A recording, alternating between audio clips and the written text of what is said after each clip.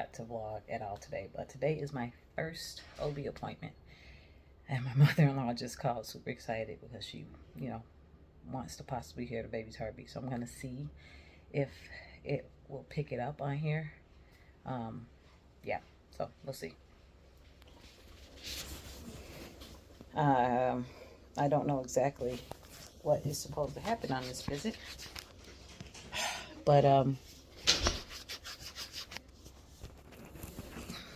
again, this is my first regular appointment. I know I'll probably have to get some blood work done today because I know they got to look for, I'll explain all this.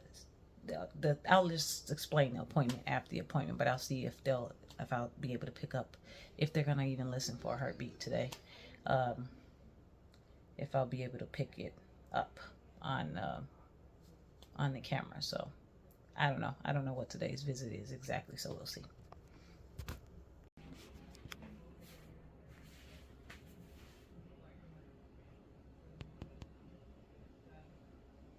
"10 weeks, you guys. It's 10 weeks in 3 days or 4 days. 10 weeks and 4 days today. So this is what, now I just ate too, so, but this is what my belly is looking like. Definitely much rounder up here. I'm usually flat up here, so it's just getting round.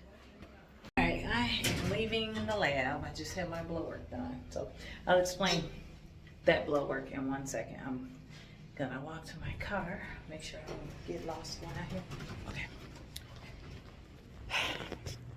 So the test. Okay, so they did not do the ultrasound, not the ultrasound. They didn't do the Doppler. It said it's too early. They have to wait till 16. I'm almost 11 weeks. I'm 10.4. 10 weeks, 4 days today.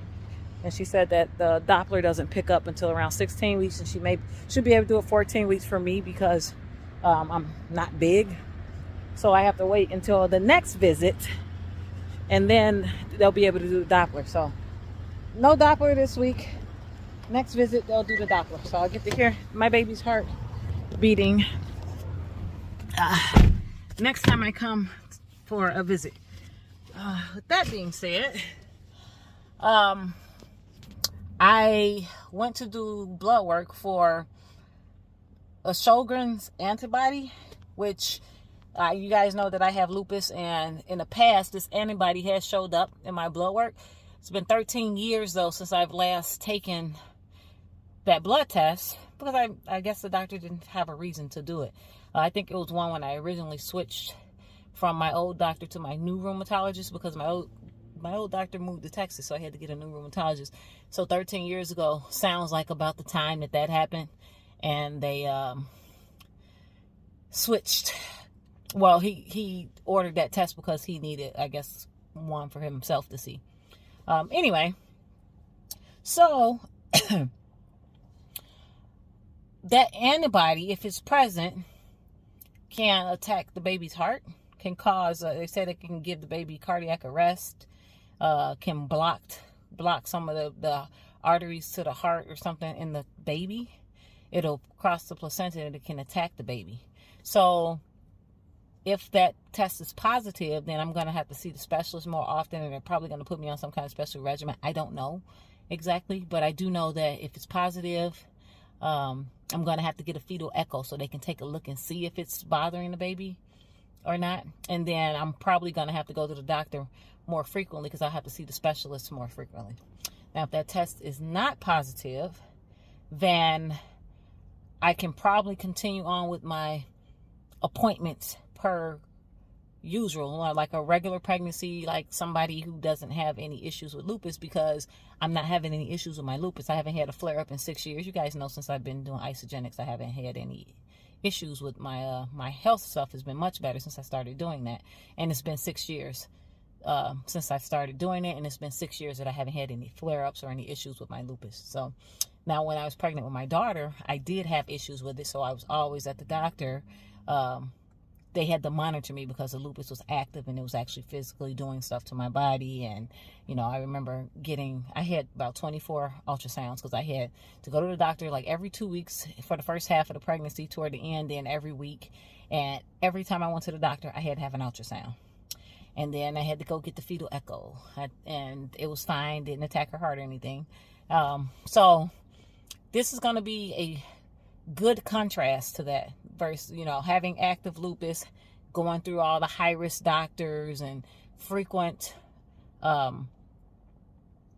appointments and tests and things like that, to still having lupus but it not being so active. My body is a lot healthier now than it was when I was pregnant with my daughter. And then just being able to go on a regular regimen for pregnancy. I obviously was on a regular one with my son because they didn't know that I had lupus yet when I was pregnant with him. And then my daughter is 17, so this is my third pregnancy, and with this one, I have lupus, but it's not too active, so they'll just monitor it, and then I can go to appointments, things as usual, as if I didn't have it, which is great. Unless something starts to happen, then I'll have to go more frequently, and they'll have to follow me closer to specialists. The other thing is, because of my age and because I have lupus, at 12 weeks, they want me to start taking a daily baby aspirin to reduce the risk of preeclampsia.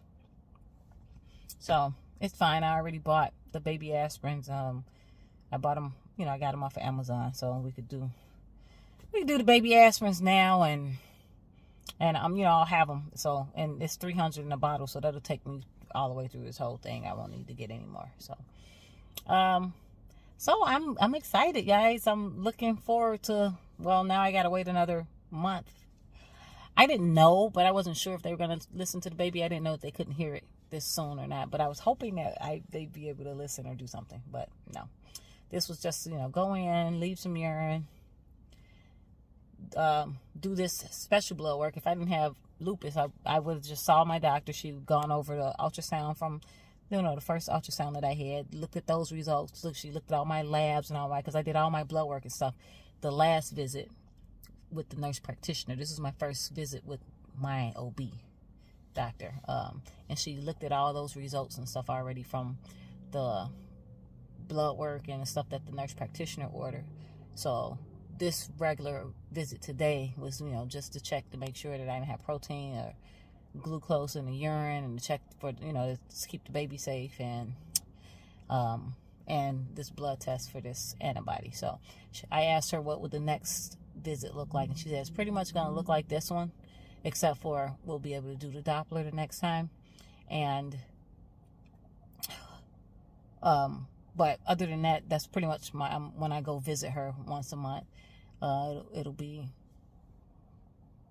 checking on labs, doing urine tests and stuff. I mean, I'm sure over the time as you progress, they'll, you have an ultrasound here, the different things that you have to order for the baby as the baby's getting bigger and you enter into different stages of the pregnancy.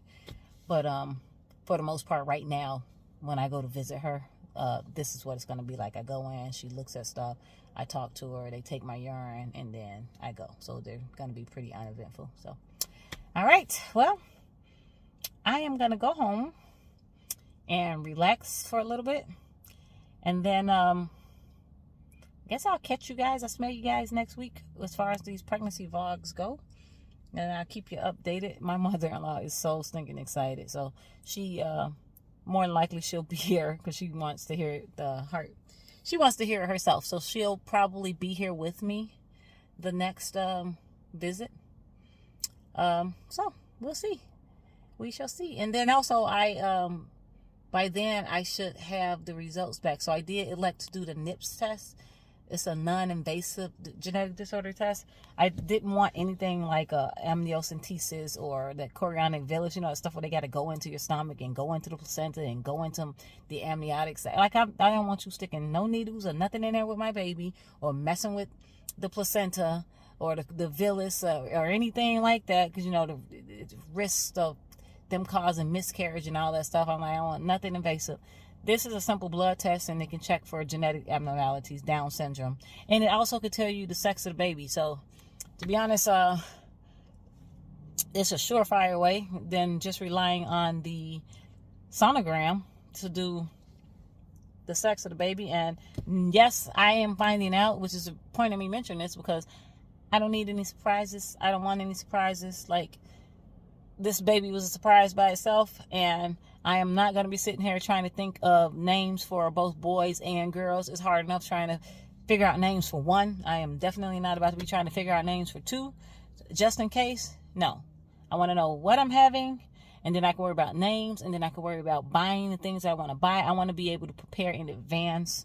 I don't need any surprises. So I'm okay. I don't need to be surprised. I want to know what my baby is. So, all right. I will keep you guys posted, and I will see you guys on the next video. Make sure you hit that subscribe button and hit the bell for notifications so you can get notification when I upload videos, guys. See you next time.